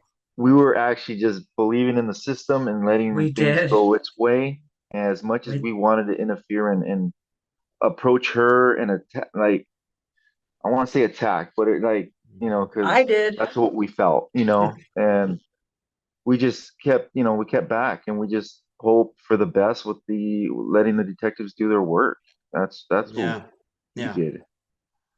Okay. We didn't want to interfere or scare anybody off or, Of course not. Let me just ask you this, Janice. I'll give you a chance to answer this, though. Has Janice, in the last 22 years, even though I know none of you have spoken to her, through the grapevine, somehow, has she ever offered up her own theory as to what happened to Ray? No, she has not. Nothing. no, Okay. no. All right. All right. Did Ray? Once again, I know some of these are going over. Just being that we're in this part of the interview, I need to go over this again for any of you because we know we're all adults here. We know how these things sometimes go. New person, new guy in the relationship, new woman in the relationship. Things can get testy. Did Ray ever talk to anybody that you trust about having any problems with the new guy in Gina's life? I was the closest to him. We never even mentioned him. Never mentioned him. Never. Okay. Mm-mm. Okay. I want to go back to Tim for just one more moment because I think this is just something, how my head works. Of course, we don't have any cell phone information, but surely he might still have telephone records for the business from 2002. Has he ever offered those up? No, Never offered those up. Not he to has not us, offered no. those up. And what I understand to this day, Tim Sheehy holds Ray's phone number at the time that he went missing. Mm-hmm.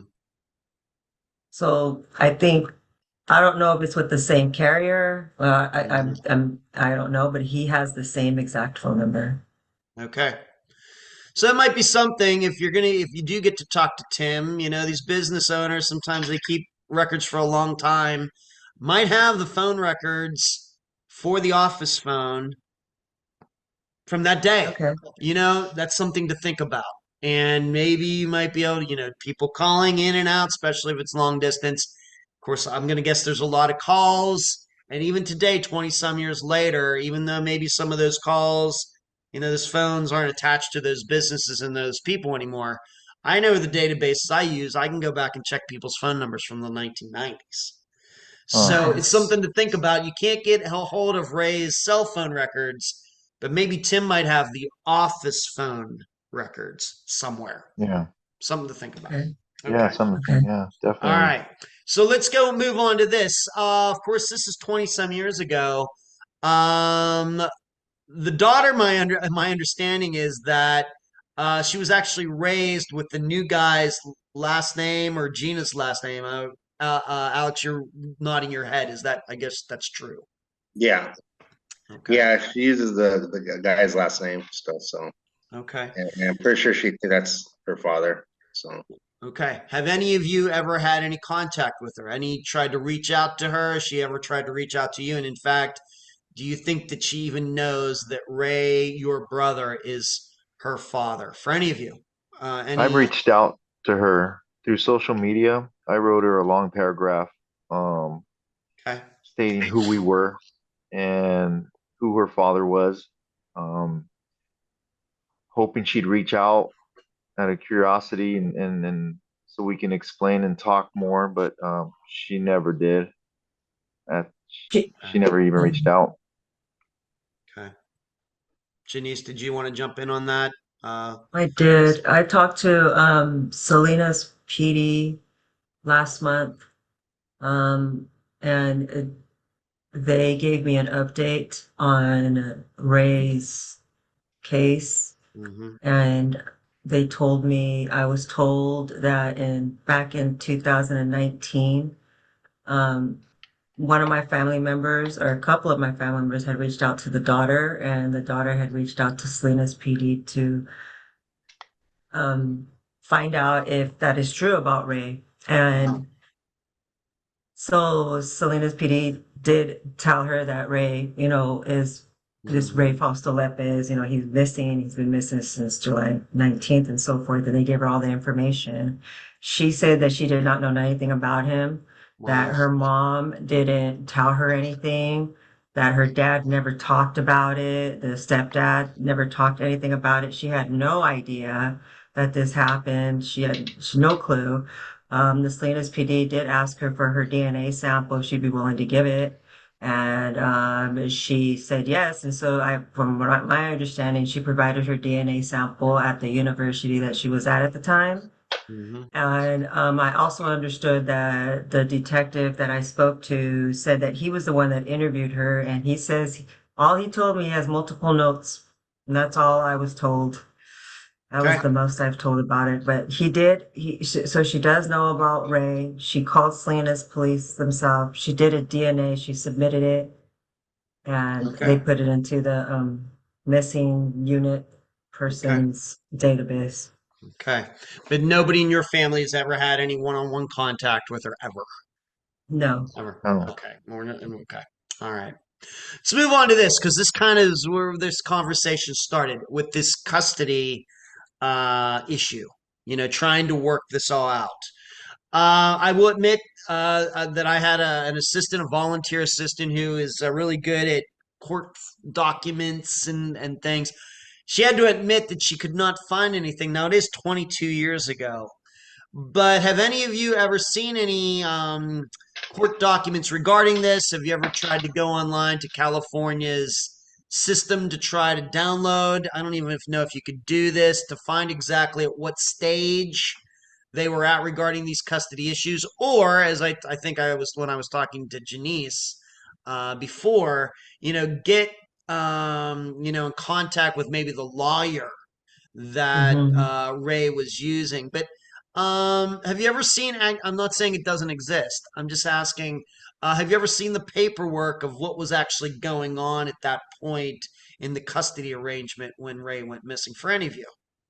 Any of you? I No. never have. No, we have not. And I do want to go to the courthouse and I do want to do that research myself. Probably be worth your time. Certainly, I don't know how much you could put this off, especially if a lawyer was involved, because it very well Yeah, may you're be just right. just my insight is that Yeah. Hmm. um, the lawyer, although he's going to have attorney-client privilege still to this day, Yeah. he might be able to give a better idea of how things were going and Ray's demeanor and what was going on in court and how Gina and her lawyer were reacting to all of this and how it was really going. Really get something really, really official. Because the last thing Yeah. is, Ray's disappearance, 20 some years old. It's about the average age of a disappearance I cover on Unfound. But you Hmm. start getting back 30 years later, 35 years later, then you start talking about people dying and everything else, and you can't talk to them anymore. So it's just Yeah. something I think to think about. And I think that is public record. So you really, I think, should get that stuff in your hands. Whatever it was, even if it was incomplete, you should have that. Just get it. Yeah. Okay. Yeah, just to have. Okay. Let's move on to this. I'll start with you, Alex, being that you're the oldest.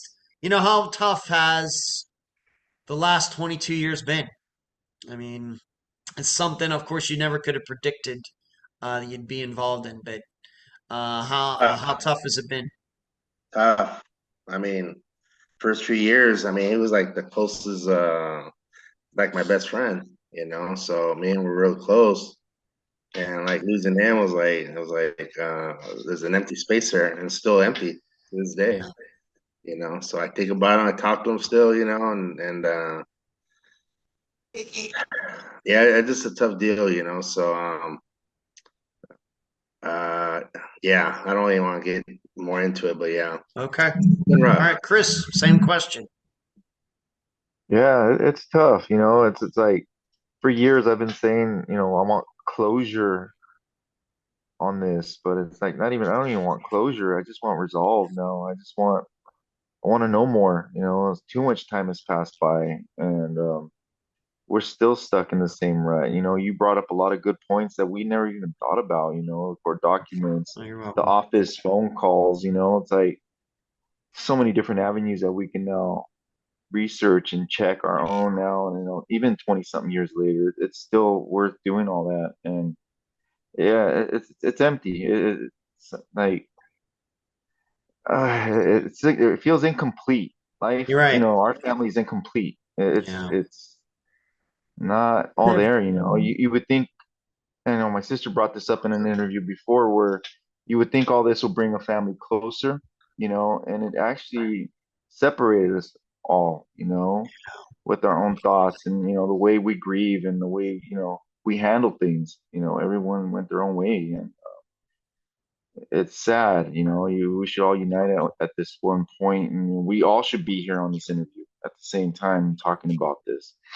But yeah, it's incomplete and just resolve. And want to close it up. Yeah. Janice, same question for you. Last 22 years. Oh God, it's been horrible. I'm the emotional one in the family, so sorry if you're gonna hear me Oh, cry. no, that's all It right. it's been very hard. It's been very hard, like we grew up in a very tight family, every holiday together, loving each other. Our grandmother was our matriarch, like he's gone, and seeing my grandmother, my family, especially just my grandma, just seeing my grandma. My grandma was bedridden for 20 years after Fausto went missing, and I think that her heart was just so broken she couldn't just take it anymore. And my poor grandma, she was just so hurt. We couldn't talk to her about him, and it was just awful. It's just the family dynamics. It just tore us apart, and none of us will ever be the same again. We'll never be the same. We'll never be tight like that again. With Fausto gone, it's just a hole that's never going to be filled again. Never. I see a couple of my nephews, Alex's sons, that remind me so much of him. And I truly believe that Fausto is with us through to one of my nephews. I see the calmness in one of my nephews, and I just hope to God that we get justice. Fausto deserves justice, and that's what I want. Justice. I want justice for him because he was a hardworking man, and all he wanted to do was be a father to that little girl. That's all he wanted, and I want justice. I think all of you should know that, of course, I've done interviews with 2 family members before. This might be the first time with 3 family members, but all of you should really think very highly of your family because, maybe the listeners, because would never really kind of get into this on the record because all it does is tick people off. But Yeah. most of the time, when I'm talking to a family member and for a missing person, that is the only person in the entire family who gives a dang. Yeah. So when Chris, when you're talking about how you think it brings people together, it actually maybe sometimes pushes them apart. That is Yeah. true. That's Yeah. very insightful on your part. It is true. So to see you 3 sibling on here 20 some years later, that's unique. I'm here to tell Yeah. you, and I think that says a lot for your character because you don't even know how many conversations I've had with guests off the record where they're saying, man, these people don't even want me to do this interview, and this it's common. Yeah. And some people everybody has their reasons, I guess. You don't want to think Yeah. about it. It brings them down. They want to move on with their lives and everything. But the 3 of you found the time here to all get together. That's pretty unique. It really, Good. really is. So I give you all the the credit in the world on that. Thank you, Ed. Thank Even you. especially when we start talking about little kids who go missing, how many parents end up getting divorced and stuff. Yeah. Sheesh. It's common. Oh, it's Yeah. awful. It's see awful. that. It's common. We do have a couple of family members that don't want us to do this, that I think they Yeah. just want it to be they just don't want to talk about it. You bring up Ray's name and it's putting salt on a wound. Yep. And people there's some of us just can't handle that. And Yeah. we get that. I understand that. You have to respect that. Yeah. Right.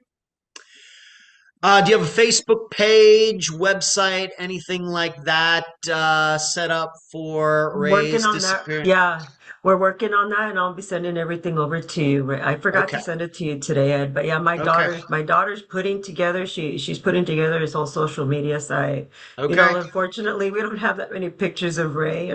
Because in early 2000, it's horrible. Yeah, it's not like today's phones and everything. Okay. I know. So We don't have anything like that.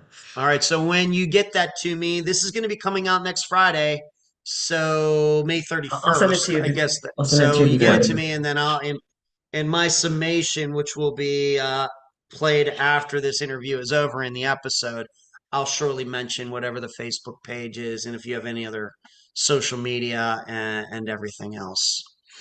I'll start with Janice and work my way around here, I guess, counterclockwise. Janice, any final words before we complete this interview? The only words that I have to say is, Ray, we're still thinking about you. We're gonna find you. I hope we do. And we just know that we love you. And we'll always, always, always be in our heart. Chris, same question. You know what? In 20 years, this is the hardest subject to talk about to anybody, even to my own daughters. You know, they always wondered about them, and I am just barely getting around within the last year and a half to talk, being able to talk about them, and Yeah. without breaking down. You know, it's hard, and it's like don't give up. You know, it's like for anybody out there missing someone, it's don't give up. You know, talk about it. It does nothing good holding it in, and just let it all out. You know, and just bring it to light.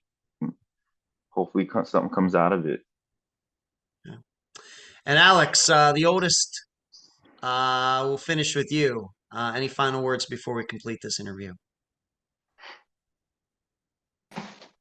It's been a long 22 years. I think about Ray quite a bit, and I see it in my kids. A lot of mannerisms from him, Yeah. and so that's the only hope I got at a hold. I see my kids a lot, every day, of course, and I see a lot of mannerisms. I mean, I'm talking a lot. Yeah. So I feel like he's here, through them. So definitely want closure. I definitely want to know what happened and all that. So Okay. I appreciate you doing this for us too, Ed. You're very welcome. I really do. Appreciate it. You're very welcome. And that was my May 25th, 2024 interview with Janice, Chris, and Alex, siblings of Ray Fausto Lepe. I thank them all for joining me and all of you on both audio and video for this episode. As I stated in the interview, there's now a map analysis video posted on Unfound's YouTube channel, where I look at the office location while providing commentary on the surrounding area. One important point not covered in the interview, because I didn't know about it until after the four of us talked, is that in 1997, Ray had gotten caught pulling a gun on a taxi driver in Salinas. He fled the scene and was caught not far away. The only reason I mention it is because many of you do your own reading after you listen to the episode, and I decided that it's better that you hear this about Ray from me than thinking that myself and Ray's siblings labored to cover something like this up. In asking about this story a few days after the interview, here's what Alex had to say about it. Quote, "It has nothing to do with the disappearance. It has nothing to do with any robbery either. They, meaning Ray and the cab driver, they got into an argument, and Ray, pulled a gun on the cab driver. But the cab driver made it out to be an armed robbery, but it wasn't. Ray was just in his drunken stupor and haze-filled head, and that is what made him do something stupid like that." End of quote. Now, as of the recording of this episode, I have no information saying whether Ray ever spent any time in jail for what happened. And really, I'm not even sure if that's important or not. We have to remember this was 5 years before he went missing. However, what's important to me is that it raises the possibility that Ray had a gun with him at the time of his disappearance, although I have no facts concerning his gun ownership for 2002. And I'm not sure anyone in Ray's family knows anything about that either. Now for my summation. Ray's disappearance is an example of how differently we view female and male cases. If this were the disappearance of Ray Lepe with the exact same circumstances, that she went to see her daughter at her ex-boyfriend's place, and Raylene was never seen again, we all know what we would be thinking, almost without exception. And statistically, we would be correct. Although we can certainly entertain the theory of Ray disappearing for the same reason as this theoretical Raylene, there are several more choices for Ray's case, and statistically they would be more likely than Ray disappearing due to visiting his daughter. Yet we know the stories. Dan Markel, murdered by his ex-wife's family. Why? The custody arrangement. Jared Bridegan, murdered in a plot allegedly started by his ex-wife. Why? Probably due to Jared's plan to baptize one of the children in the Mormon faith. So, kind of a parental control thing. Jeff Nichols, an unfound disappearance, almost surely murdered by his ex-wife's family. Why? Because he was about to win custody of his son. However, we must look at this the other way, and this counter evidence is just what I mentioned a few minutes ago. Do we really think a judge would give custody of Ray's daughter to him when he had pulled a gun on a cabbie just 5 years before that? This is surely something Gina's lawyer would have discovered, then used against Ray in court. Meaning, really, why would Gina have anything to do with Ray's disappearance when she could have won custody of their daughter the legal way? It's hard to understand. What sticks with me is the wallet and keys being in the car, but the phone not being there. This is an odd situation if Ray planned to leave his life. Would his phone not be an excellent way for people to track him down? You would think. Likewise, though, I have a hard time understanding how Ray could be abducted by someone and not have his keys and wallet on him in addition to his phone. Yes, the phone might have had incriminating information on it, but at the time, that would have only been the recent calls, and those could have been easily gotten through the cell company. Although I'm not sure that was ever done. Where I think this investigation needs to go now, 22 years later, is an examination of the office phone records in the days leading up to Ray's disappearance. Remember, he was there alone due to Tim being out of town. Also, I would hope that Gina could give a somewhat accurate account of what went on when Ray came down to see their daughter that evening. Most importantly, what time did he leave? Or at least, approximately what time did he usually leave when he went to Gonzales to see their daughter? In addition, given Ray's 1997 crime, I think his family needs to make sure there wasn't anything else like this that had happened that none of them knew about, because this could easily also be a source of his disappearance. But checking into all of that is not going to get done by believing the system.